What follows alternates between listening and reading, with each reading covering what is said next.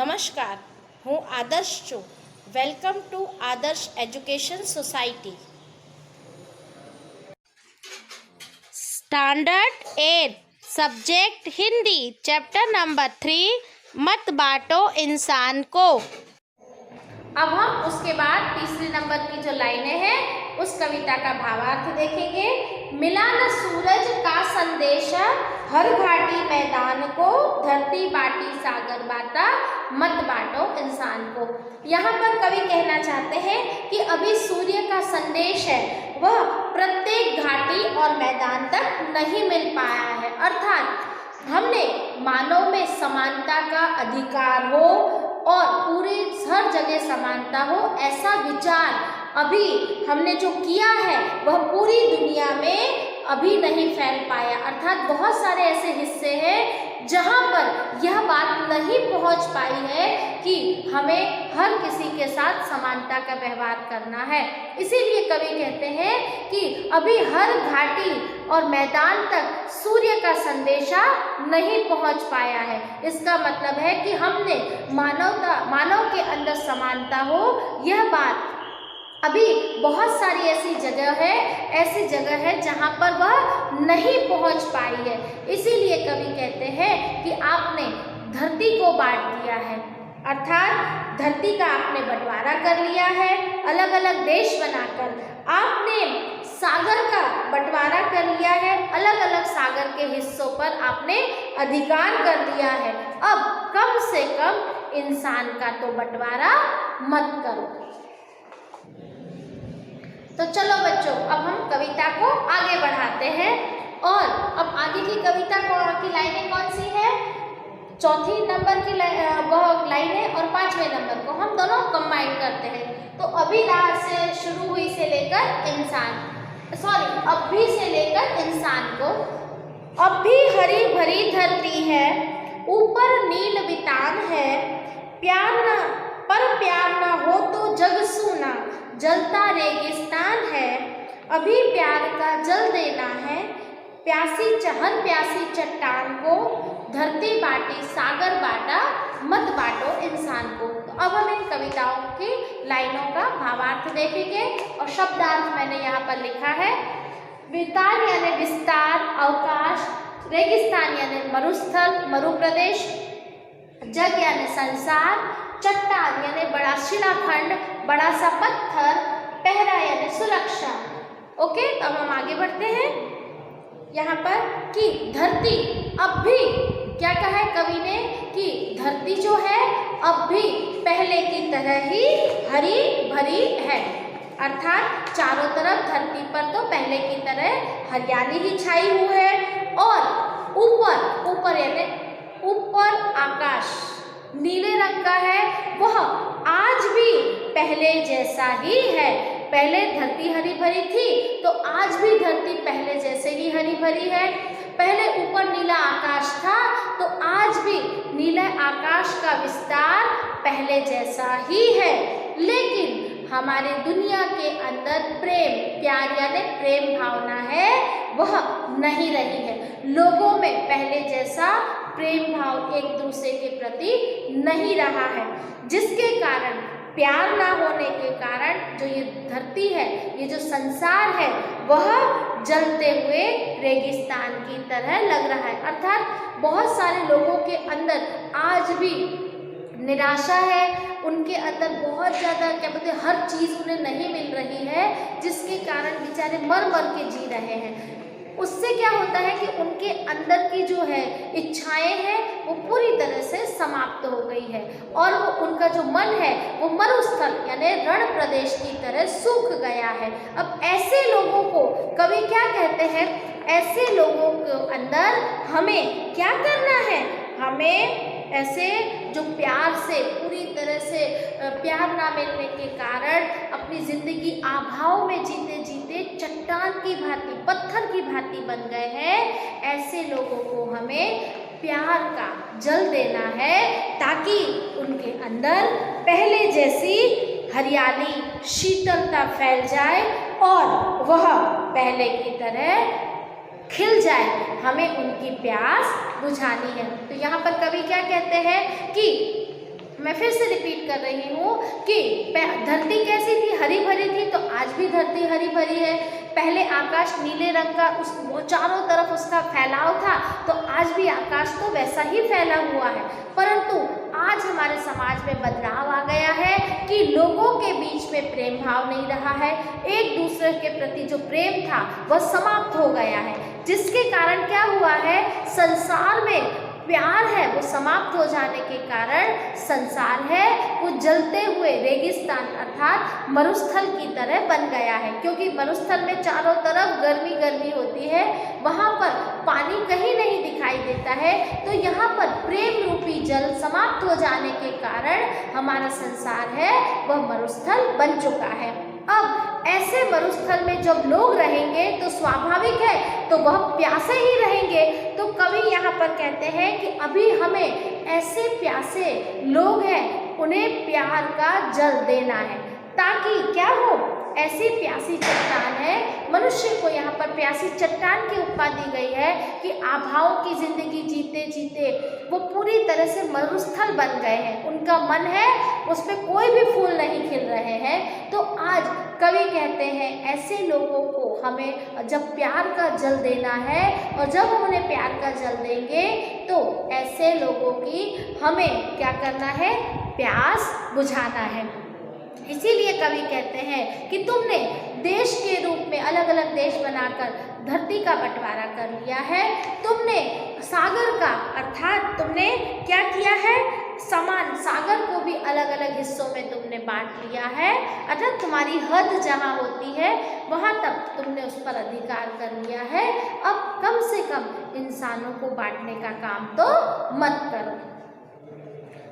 अब जो अंतिम दो है पैराग्राफ है कविता के, अब हम उनका शब्दार्थ सहित भावार्थ देखेंगे।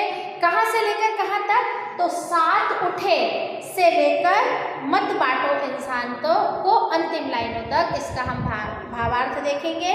अब पहला अर्थ होता है सुरक्षा, रखवाली करना, द्वार यानी दरवाज़ा, हक यानी अधिकार, रौंदना यानी कुचलना, मंजिल यानी लक्ष्य, बहार यानी शोभा और वसंत।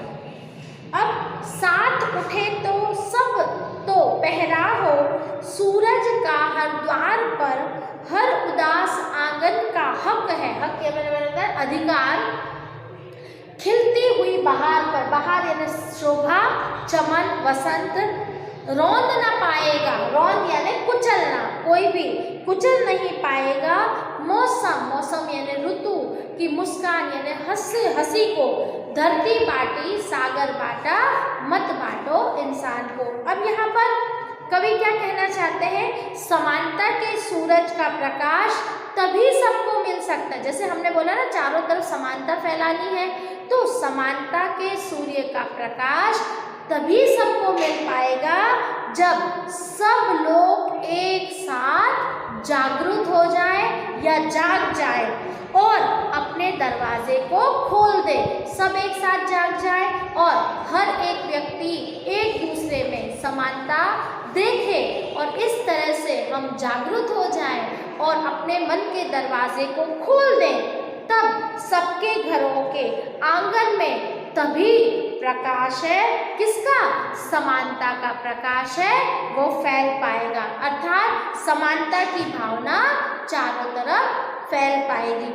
हर आंगन का, उसी तरह हर आंगन का क्या है, इसमें कविता की लाइन है, हर उदास आंगन का हक हो खिलती हुई बहार पर। जिस तरह आने वाली बहार है, वसंत का हर एक पर हक होता है, तब यह हक भी अर्थात हर एक आंगन पर चारों तरफ खुशियाँ फैल जाएगी। जैसे वसंत के आने पर, बहार के आने पर चारों तरफ खुशियाँ फैल जाती है, उसी तरह यदि सब में समानता का भाव फैल जाएगा तो हर एक आंगन में खुशियाँ पनपेगी और उस खुशियों के कारण चारों तरफ बहुत ही ज़्यादा खुशियाँ ही खुशियाँ दिखाई देगी। और फिर उसके बाद कहते हैं कवि कि अगर जब चारों तरफ समानता फैल जाएगी, हर लोग एक दूसरे के साथ समानता का व्यवहार करेंगे तो कोई किसी को कुचलने का, रौंदना मतलब कुचलने का प्रयास नहीं करेगा, दबाने का प्रयास नहीं करेगा। फिर इस विश्व में, इस दुनिया में सबके चेहरे पर मुस्कान आ जाएगी। हर एक व्यक्ति है वो वह खिलता हुआ सा नजर आएगा और हर एक जगह पर आपको समानता की भावना दिखाई देगी। अर्थात विश्व में चारों तरफ समानता का भाव जब फैल जाएगा तो कोई किसी पर अत्याचार नहीं कर पाएगा, कोई किसी पर जुल्म नहीं कर पाएगा, कोई किसी के मनों के भावों को दबाएगा नहीं, अर्थात कुचलेगा नहीं और चारों तरफ खुशहाली खुशहाली ही फैल जाएगी। इसीलिए कवि कहते हैं कि अलग अलग देश बनाकर तुमने धरती को तो बांट लिया है, सागरों की हद को पर तुमने अपना अधिकार करे। हद यानी सीमा, जहाँ तक समुद्र की सीमा होती है, हम समुद्र को नहीं बांट सकते हैं, परंतु समुद्र की जो सीमा है उसको बांटकर भी तुमने उस पर अपना अधिकार स्थापित कर लिया है। अब कम से कम तुम इंसानों को बांटने का तो कार्य मत करो। बच्चों, यह कविता आपको समझ में आई? अगर हम कविता का संक्षेप में कहें तो यहाँ कवि विनय महाजन जी क्या कहते हैं कि हमें पूरे विश्व में एक दूसरे के साथ ऊंची नीची जाति पाति का जो भेदभाव है उसे दूर करके हर एक व्यक्ति को समान नज़रों से देखा जाए, यह भाव लेकर आना है। जो हम ये कार्य कर रहे हैं वो बहुत ही ज़्यादा मुश्किल है, परंतु हमने इस कार्य को करने की शुरुआत तो कर ही दी है और धीरे धीरे यह कार्य हो भी जाएगा, परंतु अभी हमें उसका इंतज़ार करना पड़ेगा। फिर कवि क्या कहते हैं कि जो हमने समानता के भाव को लाने वाला जो कार्य किया है वह केवल और केवल कुछ लोगों तक ही पहुंचा है। हर एक व्यक्ति को इसका यह संदेश है वो नहीं पहुंच पाया है। जिस तरह से धरती पहले हरी भरी थी, आज भी धरती हरी भरी है।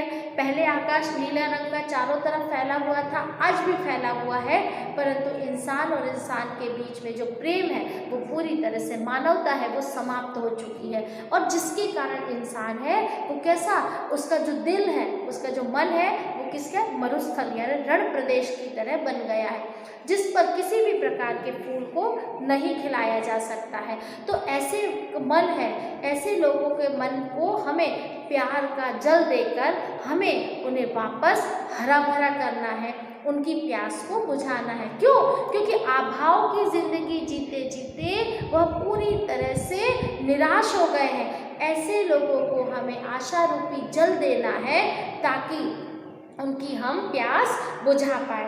और फिर कहते हैं अगर ये सब कार्य करना है तो केवल अकेलों के द्वारा यह कार्य नहीं हो पाएगा, इसके लिए हमें एक साथ उठकर प्रयास करना पड़ेगा और हर एक के मन में यह बात लेकर आनी पड़ेगी कि हम सब समान हैं।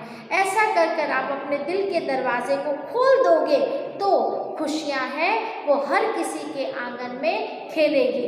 हर एक व्यक्ति एक दूसरे को समान नज़रों से देखेगा, कोई किसी को कुचल नहीं पाएगा, अर्थात किसी की इच्छाओं का दमन नहीं होगा, कोई किसी पर जुल्म नहीं करेगा।